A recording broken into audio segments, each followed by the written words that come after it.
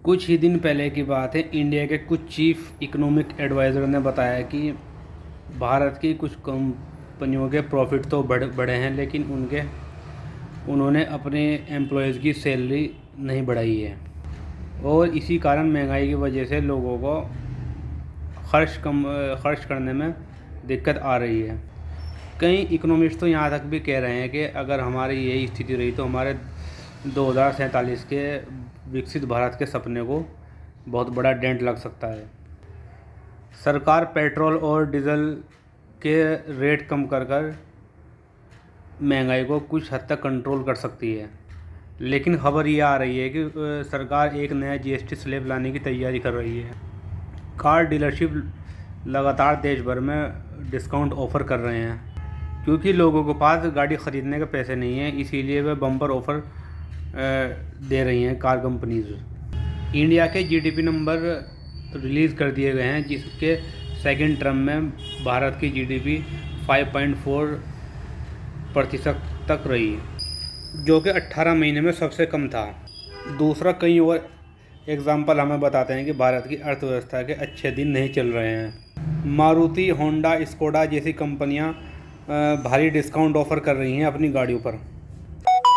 सन 2020 के बाद से कार कंपनीज लगातार बम्पर ऑफ़र डिस्काउंट कर रही हैं, जो कि ये पिछले 3 सालों में सबसे अधिक है। और पूरे भारत की डीलरशिप ने रिपोर्ट किया है कि उनकी इन्वेंट्री में लगभग 77,000 करोड़ की गाड़ियां खड़ी हुई हैं, जो अब तक सेल नहीं हुई हैं। देश की सबसे बड़ी कंपनी हिंदुस्तान यूनिलीवर के लगभग 4% की प्रॉफिट में गिरावट आई है, जो कि लगभग पिछले 18 महीनों में सबसे अधिक है। देश की 60% इकोनॉमी प्राइवेट कंजम्पशन पर आधारित है। अगर प्राइवेट कंजम्पशन ग्रो नहीं करेगा तो देश की इकोनॉमी कैसे ग्रो करेगी? अब सवाल ये उठता है कि प्राइवेट कंजम्पशन क्यों नहीं ग्रो कर रहा है। इसके मुख्यतः 2 कारण हैं। नंबर 1, महंगाई, और जिसमें खाने की महंगाई, इन्फ्लेशन। अक्टूबर 2024 में सब्जियों के दाम लगभग 40% तक बढ़ गए थे, जो कि पिछले 5 साल में सबसे अधिक रहा।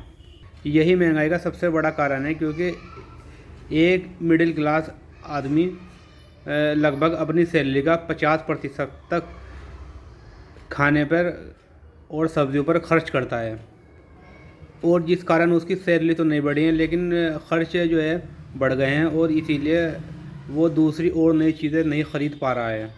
और यही कारण है कि प्राइवेट कंजम्पशन ग्रो नहीं कर रहा है। और अगर ये नहीं हो रहा होता तो देश की स्थिति बहुत अच्छी होती और लोग अच्छा खासा पैसा कमा रहे होते और दूसरी नई चीज़ों को ख़रीदने में अपना पैसा लगा रहे होते हैं। और अगर हम बात करें तो महंगाई को कंट्रोल कैसे कर सकते हैं, इसके लिए हम शॉर्ट टर्म में 2 चीज़ें कर सकते हैं। नंबर 1, इनकम टैक्स को कम कर सकते हैं, और नंबर 2, जीएसटी में कटौती कर सकते हैं। अगर सरकार पेट्रोल और डीजल के प्राइस कम कर दे तो लोगों को काफ़ी हद तक राहत मिल सकती है। पेट्रोल और डीजल के प्राइस कम करना एक ऑब्वियस स्टेप हो सकता है। मार्केट में पेट्रोल और डीजल के दाम कम तो हुए हैं, लेकिन सरकार ने इनको कम नहीं किया है। कंज्यूमर के लिए कोई फ़ायदा नहीं हुआ है। इनफैक्ट पिछले 2 साल से सरकारी कंपनीज फ्यूल के दाम नहीं बढ़ाए थे, और वो 2 साल से नुकसान में चल रही थी कंपनियां, क्योंकि उसमें से 1 साल सरकारी कंपनियों को भारी नुकसान हुआ था, क्योंकि तब वो पेट्रोल को मार्केट से नीचे प्राइस पर बेच रही थी। लेकिन पिछले फाइनेंशियल ईयर में सरकारी कंपनीज ने बम्पर मुनाफा कमाया है इन पिछले 2 सालों में, और अपना सारा नुकसान को कवर कर दिया है सरकारी कंपनीज ने। और दूसरा तरीका यह है कि हम लोगों को डायरेक्ट इन हैंड कैश दे सकते हैं और इनकम टैक्स कम कर सकते हैं।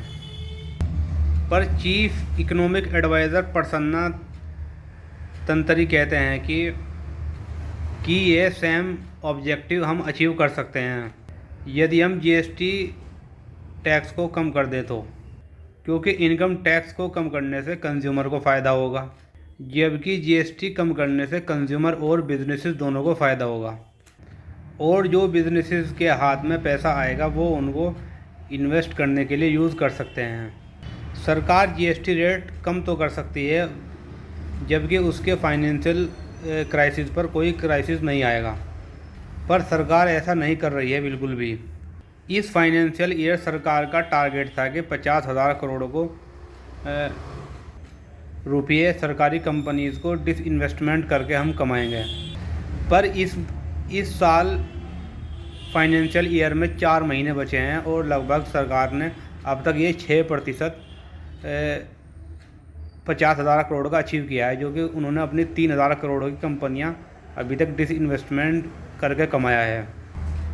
अगर हमारे देश को 8, 9 या 10% के से ग्रो करना है तो सरकार को कई बिग बैंग स्टेप लेने पड़ेंगे, क्योंकि इंडिया की ग्रोथ स्टोरी अगले इलेक्शन तक वेट नहीं कर सकती।